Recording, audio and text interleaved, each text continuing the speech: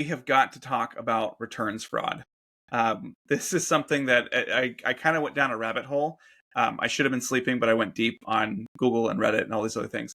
But this has become kind of an epidemic in e-commerce.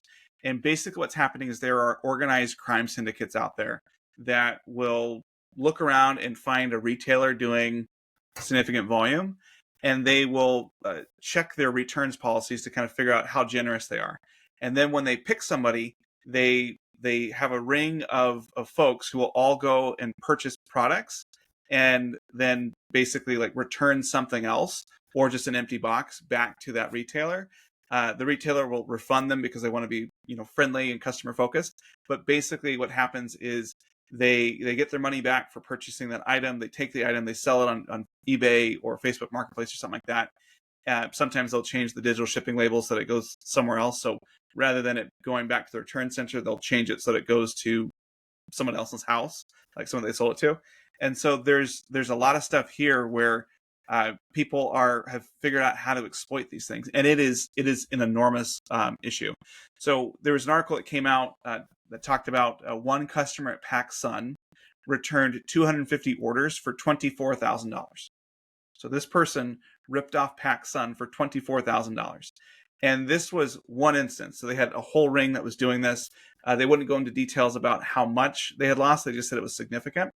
But I looked into this, and according to the National Retail Federation, in 2023, shoppers returned about 17.6% of all the items they purchased online.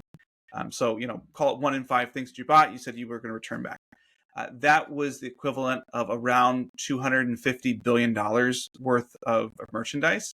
And it's estimated that about $100 billion of those returns were fraudulent. So in other words, 40% of all the returns last year were fraudulent. And there's a great story. I don't know if you've seen this, but there was a University of Miami student, Matthew Bergwell, I think is his name. And he pleaded guilty in July because he was running an $8 million refund fraud scheme out of his dorm.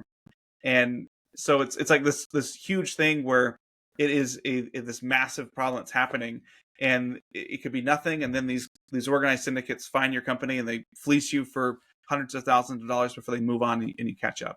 I'm just curious, like, have you experienced any of this? Yeah, it's pretty crazy that you brought up the University of Miami student and kind of the fraud scheme he was running, because they targeted a friend of mine's company, Brewmate. And I remember I was on a ski trip with Dylan at the time, and he was just kind of going crazy over this because he had like gone into the, dark webs to figure out, what the heck is going on with his returns and how they're, losing so much money over this. And yeah, it turned out that it was part of this return fraud scheme that was run by this University of Miami student. And so it was pretty crazy because, I mean, Brewmate is a pretty big e-commerce brand, but, not nearly as big as like a PacSun.